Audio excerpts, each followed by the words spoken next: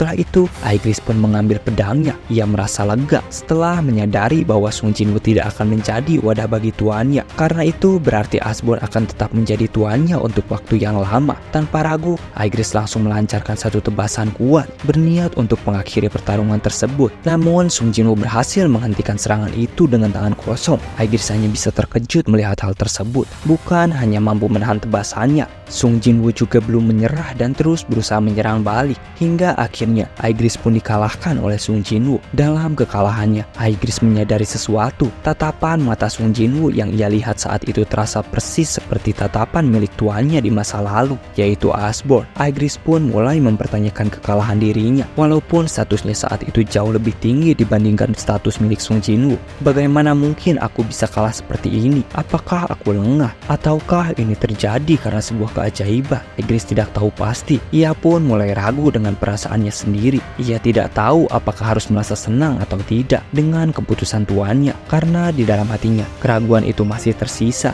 Dan itulah perjalanan Aigris saat pertama kali bertemu dengan Sung Jinwoo. Waktu pun terus berlalu hingga suatu hari Aigris menerima sebuah pujian dari Sung Jinwoo. Pujian itu membuatnya merasa senang. Bukan hanya memberi pujian, Sung Jinwoo juga berusaha meningkatkan level Aigris agar ia dapat berbicara dengannya. Perlahan Aigris mulai merasa bersyukur karena mendapatkan tuan yang baru seperti dirinya. Baginya, Sung Jinwoo bukan sekedar seorang tuan, melainkan juga seorang teman dan rekan bertarung. Semakin kuat perasaan itu, semakin besar pula kesetiaan Aigris kepadanya. Pertarungan demi pertarungan pun terus terlewati, hingga tanpa disadari, Aigris benar-benar melupakan tuannya yang terdahulu dan akhirnya menerima tuannya yang baru sepenuhnya. Setelah itu, pasukan yang dahulu pernah berjuang bersamanya pun dipertemukan kembali. Aigris berkata bahwa akhirnya ia bisa bertemu lagi dengan rekan lamanya, yaitu Belian. Namun, kebahagiaan itu tidak berlangsung lama. Belian mulai terpengaruh oleh rekan lainnya. Meski begitu, Aigris merasa senang saat melihat Belian berhasil mengalahkan Beru. Akan tetapi, ia sedikit kecewa pada saat Belian berkata kepada Beru bahwa jika mereka memasang bendera hitam di atas kastil, maka tuan mereka pasti akan senang melihatnya. Beru yang meragukan hal itu pun bertanya, apakah Belian benar-benar yakin? Belian menjawab dengan penuh keyakinan.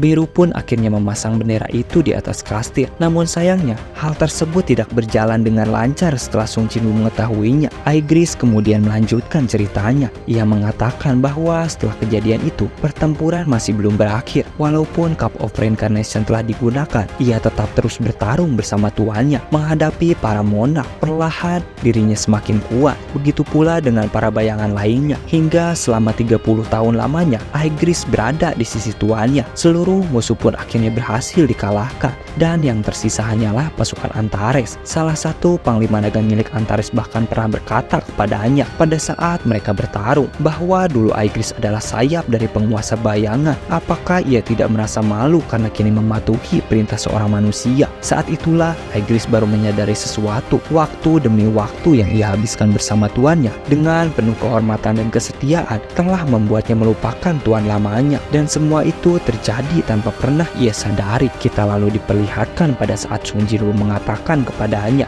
bahwa tidak mengingat sesuatu terkadang bisa menjadi sebuah berkah. Aigris sempat terdiam. Awalnya ia memikirkan ucapan itu dengan sangat rumit. Namun perlahan ia menyadari bahwa dirinya tidak perlu memikirkannya sejauh itu. Aigris teringat bahkan Grid dan Airan yang jiwanya pernah saling bertumpang tindih tetap mampu menjalani kehidupan mereka dengan normal. Dari situlah Aigris merasa yakin bahwa dirinya pun sanggup melewatinya. Ia sadar bahwa ia tidak sepenuhnya melupakan tuannya di masa lalu. Namun di saat yang sama, ia juga sangat dekat dengan tuannya yang sekarang. Bahkan ingatan tentang Chahae-in masih tersimpan jelas di dalam benaknya. Aigris kemudian berkata bahwa dirinya adalah pedang sekaligus sayap dari Shadow Monarch. Hari-hari baru pun mulai ia jalani bersama tuannya. Tidak hanya dalam pertempuran, Aigris bahkan banyak membantu Sung Jinwoo dalam bidang akademi. Menurutnya, siapa lagi yang akan membantu tuannya jika bukan dirinya? Apakah komandan tertinggi Belian yang tubuhnya sebesar gunung? Ataukah komandan Beru yang memang cerdas namun tetap saja seekor serangga?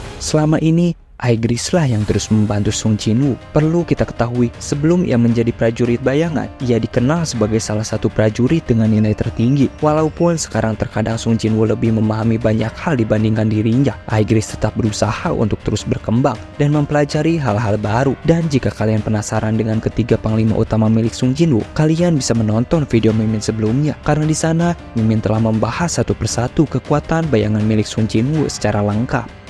Di episode kali ini, kita diperlihatkan masa lalu Sung Ilwan saat pertama kali ia meminjam kekuatan dari para ruler. Semua itu terjadi di dalam sebuah gate ketika Sung Ilwan berhasil mengalahkan bos dungeon, namun tidak bisa keluar karena waktu yang tersisa sudah tidak mencukupi. Akibatnya, ia pun terjebak di dalam dungeon tersebut hingga akhirnya para ruler menghampirinya dan menawarkan kekuatan mereka dengan sebuah syarat, yaitu menghentikan Shadow Monarch. Namun di tengah keputusan itu, para ruler melihat adanya perbedaan pada Shadow Monarch, sehingga tugas tersebut diubah dari menghentikan menjadi melindungi. Sejak saat itu, Sung Ilwan terus memantau Sung Jinwoo dari kejauhan, sampai pada akhirnya saat menjelang akhir hayatnya, mereka pun bertemu. Sayangnya, pertemuan itu tidak berlangsung lama karena Sung Ilwan telah mencapai batas kemampuannya. Di momen tersebut, ia meminta maaf pada Sung Jinwoo karena tidak bisa menjadi ayah yang baik untuknya. Adegan kemudian berpindah ke masa lalu saat Sung Jinwoo baru saja terbangun setelah Cup of Reincarnation digunakan.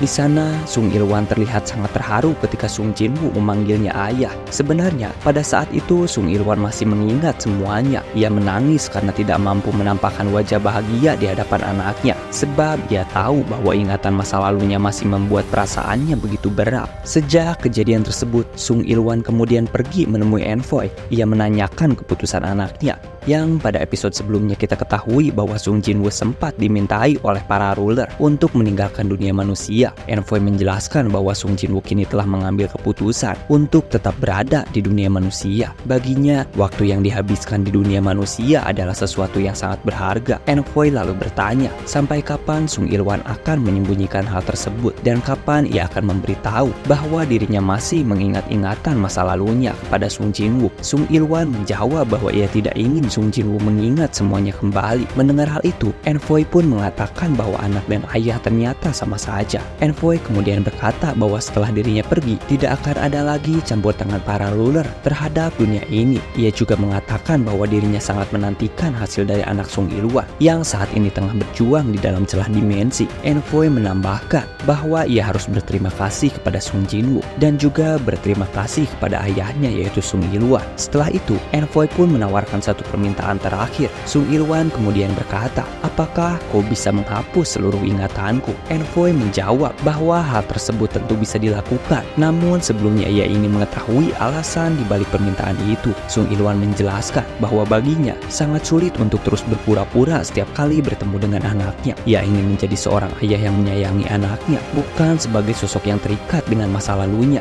Mendengar penjelasan itu, Envoy mengatakan bahwa ia mengerti. Ia lalu menyampaikan bahwa setelah dirinya keluar dari kafe tersebut, Sung Ilwan mungkin tidak akan lagi mengingat pertemuan mereka. Envoy hanya akan mendoakan agar masa depan Sung Ilwan dipenuhi dengan kedamaian. Setelah itu, Envoy pun pergi dan Sung Ilwan melupakan seluruh ingatan masa lalunya. Di tempat lain, tepatnya di sebuah restoran, Jinho terlihat begitu gugup karena ini adalah pertama kalinya ia menghadiri pesta bersama teman-temannya. Meskipun ia merupakan anak kedua terkaya, ia tidak terbiasa berada di dalam situasi seperti itu. Entah mengapa, suasana restoran tersebut juga terasa sedikit familiar baginya. Jinho menjadi orang pertama yang tiba di tempat itu. Tak lama kemudian, salah satu seniornya datang dan mencoba menenangkannya dengan mengatakan bahwa ia tidak perlu terlalu tegang. Menurutnya, justru orang lainlah yang mungkin akan merasa canggung saat bertemu dengannya. Seniornya juga menyarankan agar Jinho bersikap biasa saja dan tidak terlalu gugup karena akan ada seorang senior dari jurusannya yang terkesan cukup menakutkan. Mendengar hal itu, Jinho justru semakin gugup. Seniornya kemudian menambahkan bahwa senior yang akan datang tersebut terlihat sangat angkuh, bahkan memiliki aura yang begitu berkarisma. Ia lalu bertanya kepada Jinho, apakah ia mengenal seorang wanita terkenal di klub olahraga yang namanya sempat ia lupakan. Jinho pun menjawab bahwa namanya adalah Cha Hae-in. Seniornya langsung mengiyakan dan mengatakan bahwa Cha Hae-in disebut-sebut sebagai pasangan dari senior yang sedang mereka bicarakan. Namun, ekspresi seniornya mendadak berubah saat melihat senior yang dibicarakan baru saja saja datang. Senior yang mereka bicarakan ternyata adalah Sung Jinwoo. Seniornya langsung berkata akan pindah ke meja sebelah dengan alasan melihat banyak wanita yang duduk sendirian di sana. Akan tetapi, sebelum ia benar-benar pergi, Sung Jinwoo tiba-tiba duduk tepat di depan Jinho. Keduanya sama-sama terkejut. Senior Jinho pun segera meminta izin untuk berpindah ke meja sebelah. Di dalam hatinya, Jinho yang belum mengetahui siapa Sung Jinwoo sebenarnya berpikir, dari sekian banyak kursi yang ada, orang itu justru duduk tepat di depannya. Belum lagi, seniornya malah pergi begitu saja. Sung Jinwoo kemudian menyodorkan sebuah minuman dan memintanya untuk meminumnya.